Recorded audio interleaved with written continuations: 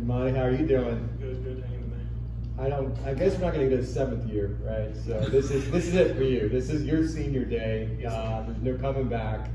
Has that dawned on you? I mean, I know there's a hope that you're going to have another home game beyond this one, but have you thought about this week being your potentially your last week at home?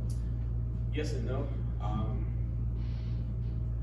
Just like thinking about it, like it does bring, it's emotional not being able to come back.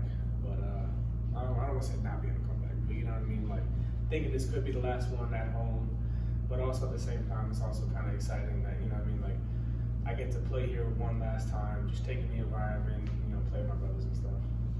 Reflecting on your time at UCF, what's been one or two of your favorite memories? Oh man.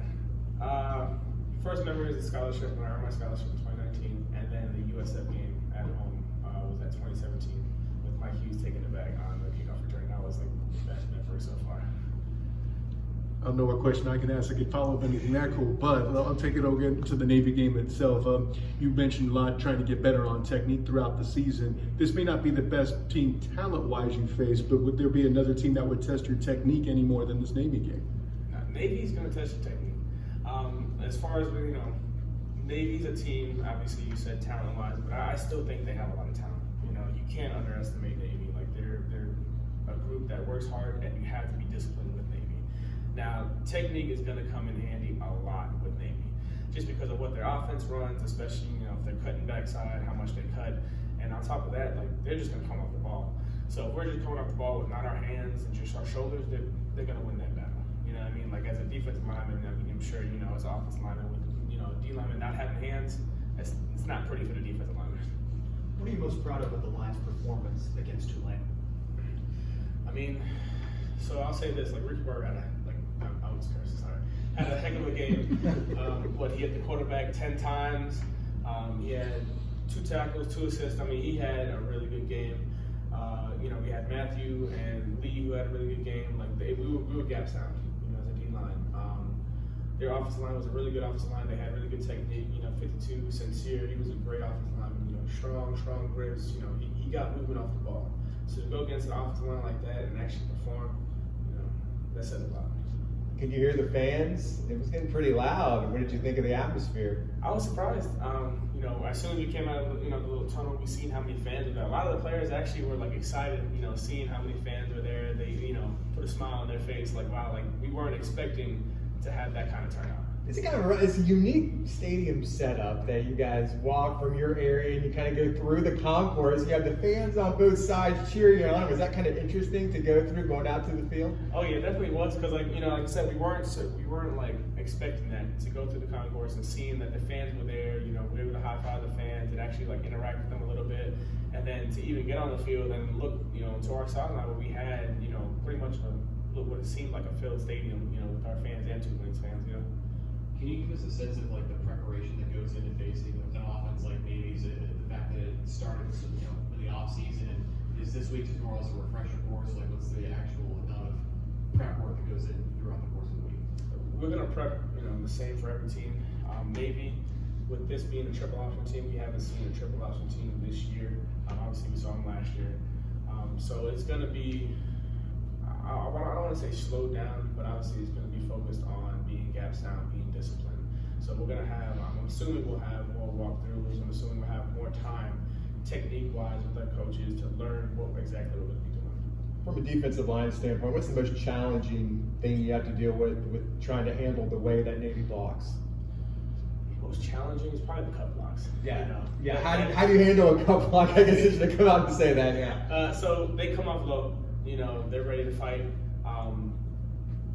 D-line wise, the cut blocks is always a challenging aspect of any game. You never know when they're going to cut. They're always coming off low, so it looks like they're cutting, but they're just driving you off the ball.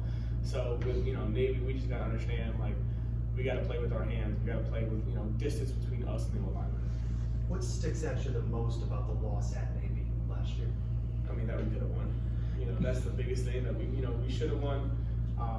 Obviously, we had certain things that, caused us not to win, whether it's, defense not putting on a show or being able to stop them, offense not being able to score. It just depends on how you look at it. But, that's the biggest thing. I mean, Navy just came out and they were ready to play and they fought to the end. Did the veterans talk about that a little bit this week? Oh yeah, like me and Sam were talking about in the training room that, we kind of owe them a little payback, coming back. Like, we want to win. I know they're going to come out and give it, their best. So, both teams are just going to come out and ready to fight each other. I know the scout team's going to do their best to mimic Navy this week, but is it, you maybe remember from last year, is it kind of like an adjustment period in the first series? So, like, these guys have been doing these cup blocks or whatever for 4 years. They know what they're doing, much more so than the scout team doing it for 1 week. Is it always is there a little bit of an adjustment when you get to the game?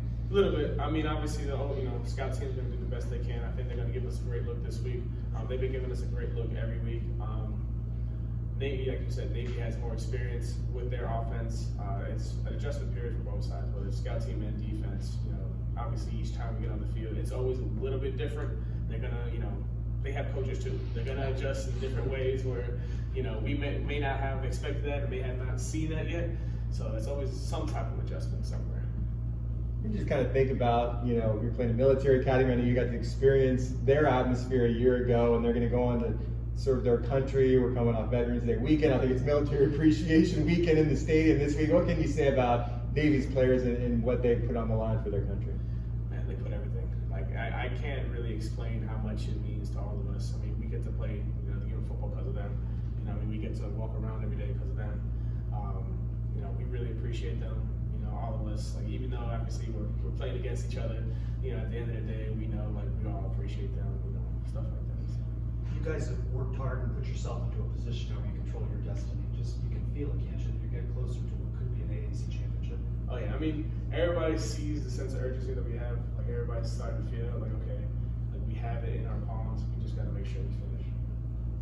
How do you control those emotions, knowing that the conference championship, excuse me, could be here in a couple of weeks? You guys, it's already on the line. You came off emotional when it gets too late. How do you control those emotions for the here and now? You just don't think about the future.